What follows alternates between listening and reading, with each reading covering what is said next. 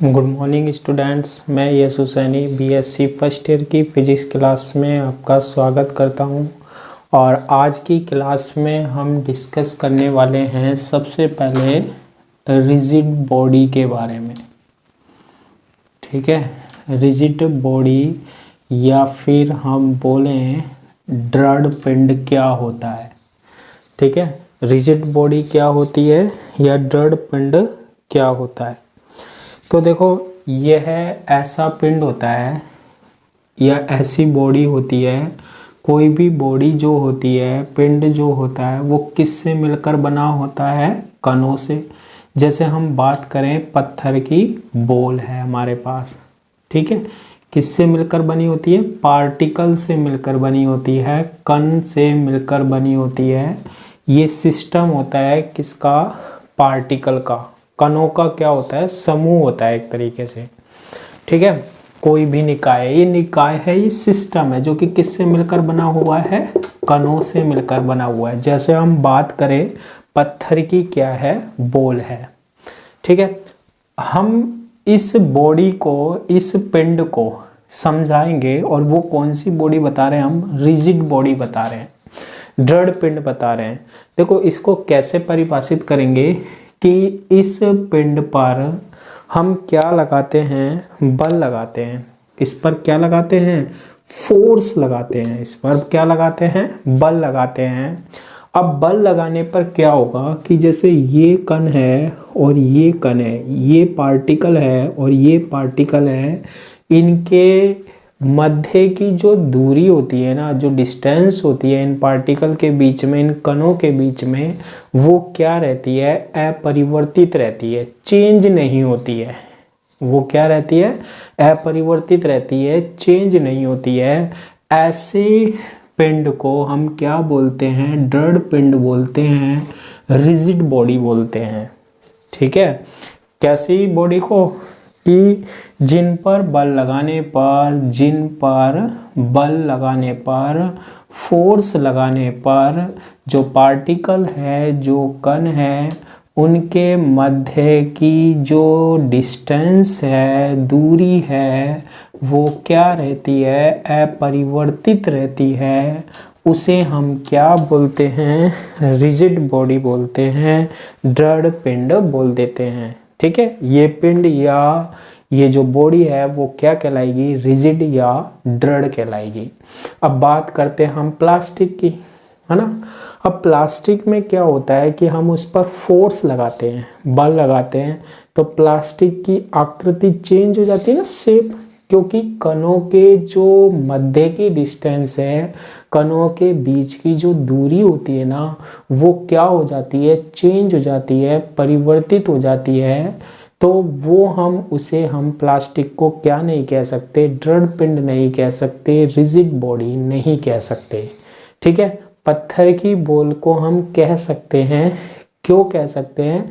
क्योंकि जब हम उस पर फोर्स लगाते हैं तो वो पिचकती नहीं है, यानी कि कणों के बीच की जो डिस्टेंस होती है ना, वो चेंज नहीं होती है। वैसे अगर हम माने नेचर में कि कोई भी बॉडी रिजिड बॉडी नहीं होती है, क्यों नहीं होती है? जैसे हम फोर्स लगाएंगे तो जैसे पत्थर की बॉल को भी हम तोड़ सकते हैं, तोड़ सकते हैं, नहीं तो तोड़ सकते, कणों के बीच की दूरी चेंज कर सकते हैं। लेकिन अगर हम यहाँ पर फिजिक्स में देख रहे हैं तो पत्थर की बॉल को हम क्या कह सकते हैं? रिजिड बॉडी है। क्यों है? दृढ़ पिंड है। क्यों है? क्योंकि हम आसानी से कणों के बीच की जो दूरी है वो चेंज नहीं कर सकते, परिवर्तित नहीं कर सकते। तो ऐसी बॉडी या ऐसा पिंड जिसमें फोर्स लगाने पर, बल लगाने पर, जो उसके कण होते हैं, उनके पार्टिकल होते हैं, उनके बीच की जो दूरी होती है, जो डिस्टेंस होती है, वो चेंज नहीं होती है, तो ऐसी बॉडी को, ऐसे पिंड को हम क्या बोलते हैं? दृढ़ पिंड बोलते हैं। तो अब जो हम डिस्कस करेंगे ना, वो किसके लिए पढ़ते हैं? हम दृढ़ पिंड के बारे में, रिजिड बॉडी के बारे में ही डिस्कस करेंगे अब। ठीक है, इस यूनिट में। तो सबसे पहले आज हम डिस्कस करने वाले हैं सेंटर ऑफ मास। ये आपने 11th क्लास में भी पढ़ा था और यहाँ भी हम डिस्कस करेंगे जो जो हमारे पास इस यूनिट में काम में आने वाली है चीज़ें, वो सारी चीज़ें डिस्कस करेंगे कि सेंटर ऑफ मास क्या होता है, द्रव्यमान केंद्र क्या होता है। तो देखो इसकी एक डेफिनेशन हम बहुत ज़्यादा पढ़ते हैं, आपने पढ़ी भी होगी कि किसी पिंड का ऐसा केंद्र या बिंदु, किसी पिंड का ऐसा केंद्र जहां पिंड का संपूर्ण द्रव्यमान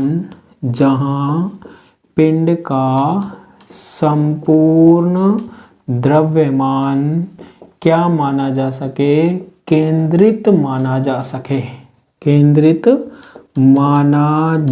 सके, उसे हम क्या कहते हैं, माना जा सके, उसे द्रव्यमान केंद्र कहते हैं, उसे द्रव्यमान केंद्र कहते हैं।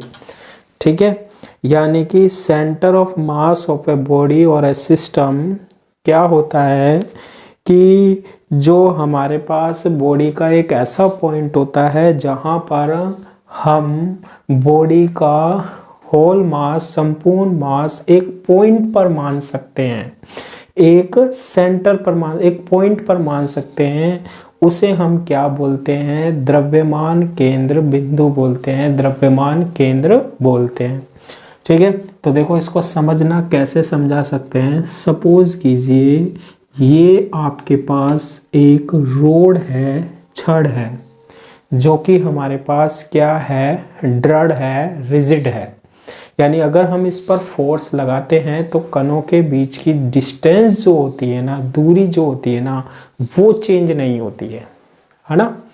अब देखो ये जो हमारे पास रोड है, ये जो हमारे पास क्या है, छड़ है, ये जो हमारे पास क्या है, रोड है, ये जो हमारे पास छड़ है, ये किससे मिलकर बनी होगी, परमाणु से मिलकर बनी होती है, कणों से मिलकर बनी होती है, पार्टिकल से। और कोई भी पदार्थ होता है, वस्तु होती है, उसमें क्या होता है, एटम्स होते हैं ना, क्या होते हैं, परमाणु होते हैं, एटम्स होते हैं। तो देखो ये मान लो एक कण, दूसरा कण, तीसरा कण, चौथा कण, यानी परमाणु, एटम, पांचवा पार्टिकल, 5 पार्टिकल से मिलकर बनी है, ऐसा मान लेते हैं, सपोज कर लेते हैं 5 परमाणु से मिलकर बनी हुई है। ठीक है, मिलकर बनी हुई है। तो अब देखो, अब ये जो छड़ है, ये जो रोड है, मान लो लोहे की रोड है भाई, ठीक है भाई, लोहे की रोड मान लिया हमने, आयरन की रोड है। अब इसका द्रव्यमान होगा या नहीं होगा, इसका मास होगा या नहीं होगा, द्रव्यमान यानी कि मास होगा या नहीं होगा, होगा। ठीक है, और इसका मास जो है वो मैंने मान लिया कितना है, 5 किलोग्राम है। ठीक है, बड़ा बड़ा मानते जो समझ में आया, कितना है, 5 किलोग्राम है। यानी कि जैसे मान लीजिए मार्कर क्या है, छड़ है, ऐसे रख रही है मैंने, ठीक है, और इसका जो मास है, इसका जो द्रव्यमान है वो कितना है, 5 किलोग्राम है। पूरे का पूरा कितने का है ये, 5 का है, 5 केजी का है, 5 केजी का है। क्लियर है। अब द्रव्यमान केंद्र क्या होगा इसका, ये जो हमारे पास मैंने मानी है ये छड़, ठीक है, ये जो पिंड है, ये जो बॉडी है, इसका द्रव्यमान केंद्र बिंदु कहाँ होगा, द्रव्यमान केंद्र कहाँ होगा, द्रव्यमान केंद्र वो बिंदु होगा यहाँ पर जहाँ पर संपूर्ण ये जो पिंड है ना, ये जो बॉडी है, इसका द्रव्यमान कितना माना, 5 किलोग्राम।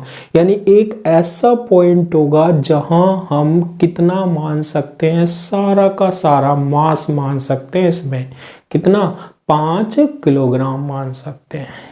ठीक है, देखते हैं कैसे मान सकते हैं। टोटल का ये कितना है, ये पूरी छड़ पकड़ रही है, इसका 5 किलोग्राम द्रव्यमान है। अब देखो अगर मैं इस छड़ को ऐसे पकड़ रहा हूँ, है ना, अगर मैं इसे छोड़ता हूं तो ये कहाँ आएगी, नीचे आएगी। तो इस पर क्या लग रहा है, फोर्स लग रहा है। ठीक है, और मैंने आपको बताया था कि कोई भी हमारे पास बॉडी है, वस्तु है, अगर ये पृथ्वी से कोई हाइट h पर है, है ना, अर्थ से। तो इस पर फोर्स लगता है या नहीं लगता? पृथ्वी खींचती है अपनी ओर, अट्रैक्ट करती है, और वो फोर्स कितना होता है? W = mg, F बराबर mg फोर्स होता है। तो बताओ इस छड़ पर नीचे की ओर कितना फोर्स लग रहा होगा? फोर्स लग रहा होगा, g की वैल्यू कितनी होती है? गुरुत्वीय त्वरण होता है ना, ग्रेविटेशनल एक्सेलरेशन होता है। g की वैल्यू होती है 10 मीटर/सेकंड²। तो F = होता है mg, तो 5 × 10 = क्या? 50 न्यूटन का क्या लग रहा होगा? फोर्स लग रहा होगा, बल लग रहा होगा। कहाँ पर लग रहा होगा? नीचे की ओर लग रहा होगा। आई बात समझ में? यानी पृथ्वी इसको कितने से खींच रही है, कितने से अट्रैक्ट कर रही है हमारे पास? 50 न्यूटन के फोर्स से 50 न्यूटन के बल से अपनी ओर क्या कर रही होगी? खींच रही होगी। क्लियर है ये वाली बात? ठीक है भाई, इतनी तो बात समझ में आ गई। अब देखना आप, हमें वो देखना है द्रव्यमान केंद्र वह बिंदु होता है जहां पर संपूर्ण द्रव्यमान केंद्रित माना जा सकता है। यानी कि इस पर नीचे की ओर कितना बल लग रहा है? 50 न्यूटन का बल लग रहा है। ठीक है, अब देखो इस छड़ को, अब ये नीचे जाएगी, ऊपर से नीचे कितना बल लग रहा है? 50 न्यूटन का। अगर मुझे इसको स्थिर रखना है तो मैं नीचे से ऊपर भी कितना लगा दूंगा? 50 न्यूटन लगा दूंगा। तो ये बताओ, ये रोड, ये जो छड़ है, स्थिर रहेगी या नहीं रहेगी? पृथ्वी तो इसे नीचे कितने बल से खींच रही है? 50 न्यूटन के बल से। मैंने हाथ इसके नीचे लगा दिया, मैंने कितने न्यूटन का बल लगा रखा है? 50 न्यूटन का। ऊपर वाला बल, नीचे वाला बल क्या हो रहा है? संतुलित हो रहा है, बैलेंस हो रहा है। और ये जो वस्तु है, ये जो ऑब्जेक्ट है, ये क्या है? स्थिर है, स्टेशनरी हो गया ना। तो ऊपर से लगने वाला बल और नीचे से लगने वाला बल बराबर हो गया, नहीं हुआ? हो गया। और ये कैसा रहा? स्थिर रहा। अब देखो इसको मुझे स्थिर ही रखना है। यहाँ से नीचे लग रहा है 50 न्यूटन का फोर्स, है ना। अब देखो मैंने यहाँ पर फोर्स लगाया एक कोने पर, कितने का? अब देखो ये पूरे हाथ की जरूरत ना पड़े मुझे, मैं एक पॉइंट ढूंढता हूँ ताकि ये बैलेंस रहे, है ना। तो मैंने सारा का सारा 50 न्यूटन का फोर्स इस पॉइंट पर लगा दिया, यहाँ पर लगा दिया। तो बताओ क्या ये बैलेंस रहेगी? ऊपर से तो लग रहा है 50 न्यूटन का फोर्स, नीचे मैंने 50 न्यूटन का सिर्फ इस पॉइंट पर लगा दिया। क्या होगा? ये छड़ जो है वो ऐसे घूम जाएगी, घूम जाएगी ना। फिर मान लो मैंने इसे यहाँ से 50 न्यूटन को हटा दिया, यहाँ 50 न्यूटन को लगा दिया। अब क्या होगा? ये छड़ जो है वो इस तरीके से मूव कर जाएगी दोबारा। यहाँ से भी हटा दिया मैंने, इस साइड लगाया। अब क्या होगा? अब यहाँ फोर्स लगा हो गया 50 न्यूटन का, तो ये इधर घूम जाएगी। अब मैंने क्या किया, बिल्कुल बीचों बीच एक पॉइंट पर कितने न्यूटन का फोर्स लगा दिया? 50 न्यूटन का फोर्स लगा दिया। कितने न्यूटन का फोर्स लगा दिया?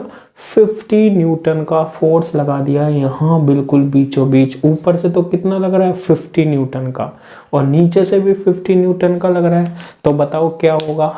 ये जो छड़ है ना बिल्कुल सीधी खड़ी हो जाएगी, ना तो इधर जाएगी ना इधर जाएगी। यानी कि सारा का सारा जो बल है वो मैंने एक पॉइंट पर लगा दिया, और ये छड़ जो है, ये जो रोड है, अब वो क्या रहेगी? स्थिर रहेगी। क्या रहेगी? स्थिर रहेगी। ऐसा क्यों हुआ?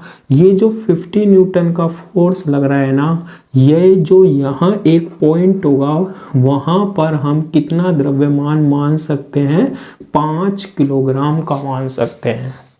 इस पॉइंट पर 5 किलोग्राम द्रव्यमान मान सकते हैं। पूरी छड़ का द्रव्यमान, पूरी रोड का मास इस पॉइंट पर मान सकते हैं। कितना? 5 किलोग्राम मान सकते हैं। तो फोर्स इसी पर लगा दिया पूरा का पूरा, कितना? 50 न्यूटन। तो पूरा ऊपर से 50 न्यूटन, नीचे से 50 न्यूटन एक पॉइंट पर, और ये बैलेंस हो जाती है। इस पॉइंट को हम कहते हैं द्रव्यमान केंद्र बिंदु, सेंटर ऑफ मास। सारा का सारा फोर्स हमने इस पॉइंट पर लगा दिया, लगा दिया, और ये बैलेंस हो गई, और ये क्या हो गई, बैलेंस हो गई। यहाँ हम सारा मास मान सकते हैं, सारा द्रव्यमान मान सकते हैं। ऐसा कह सकते हैं कि पूरा का पूरा 5 किलोग्राम यहीं पर हो सकता है। ठीक है, पूरा का पूरा 5 किलोग्राम हो सकता है। अब देखो, आप जैसे हम करते थे बचपन में क्या, कि हमारे पास एक गत्ता होता था, है ना, इस टाइप में होता था, ऐसे होता था हमारे पास, ये ऐसे होता था ना। अब इस गत्ते को, इसका क्या लगाता है, ये बल ही नीचे आता है, तो हम क्या करते थे, इसको बिल्कुल सीधे में लाने के लिए इसके बीच में ऐसे लगा देते थे ना, और ये गत्ता क्या होता था, बिल्कुल एज इट इज यूं सीधा रहता था, ऐसे रहता था ना।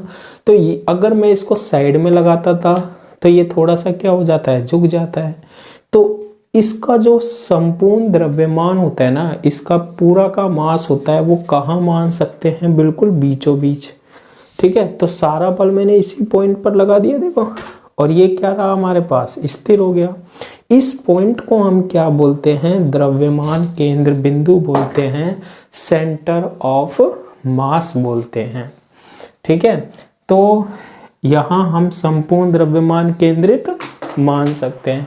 देखो, इसकी एक डेफिनेशन हम ये भी बता सकते हैं, क्या, कि किसी पिंड या किसी बॉडी, है ना, किसी पिंड या निकाय, निकाय मतलब सिस्टम, और पिंड मतलब जैसे छड़ हो गया हमारे पास, बॉडी हो गई, किसी पिंड या निकाय का द्रव्यमान केंद्र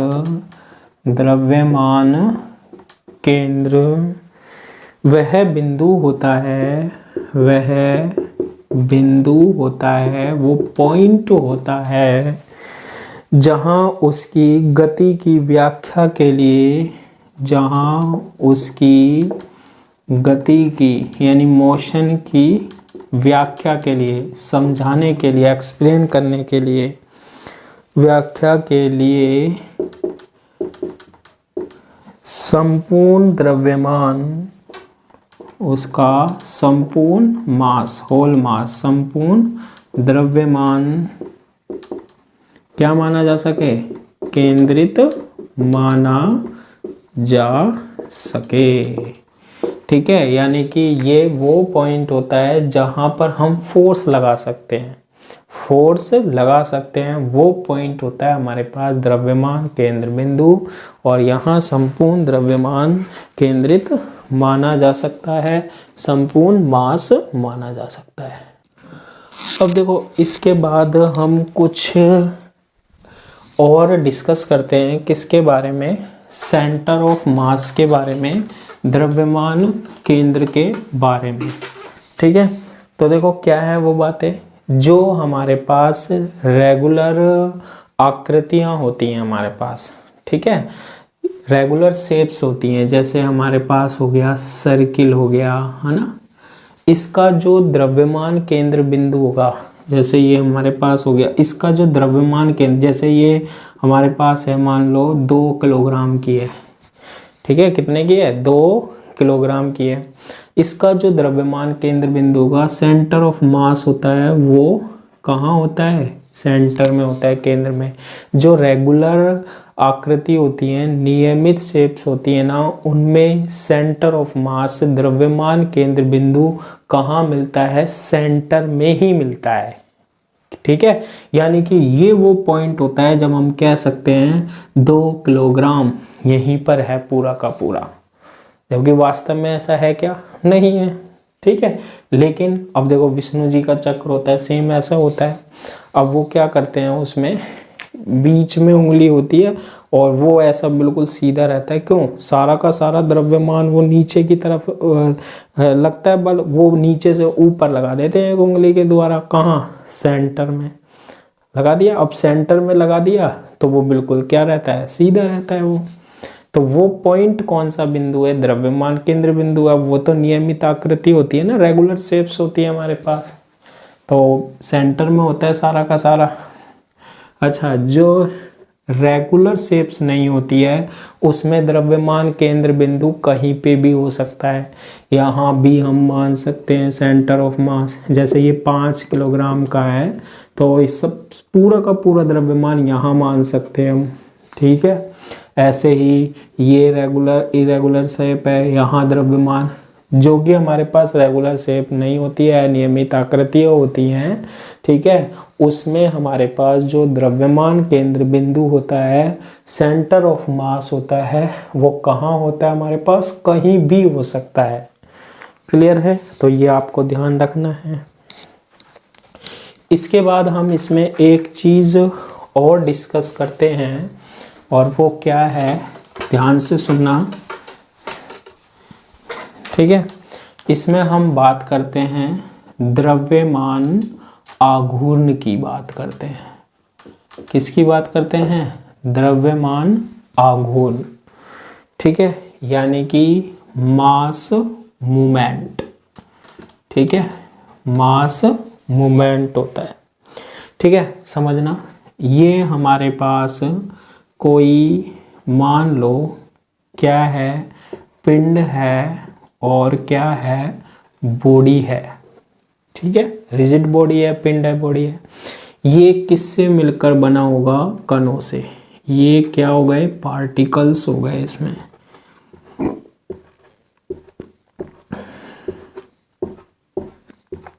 क्या हो गए, पार्टिकल। इन सभी के क्या होंगे, द्रव्यमान होंगे। इसका द्रव्यमान m1, इसका द्रव्यमान m2, इसका द्रव्यमान m3 मास, इसका m4, इसका m5। सभी पार्टिकल्स का मास होता है, द्रव्यमान होता है।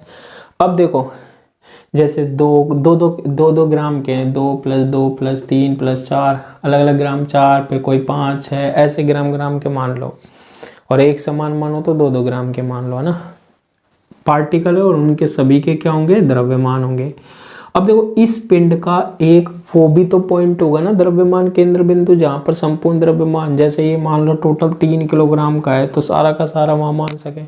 मान लो यहाँ पर है, ये जो पॉइंट है, ये यहाँ पर कौन सा पॉइंट है, CM है, द्रव्यमान केंद्र बिंदु है, ठीक है।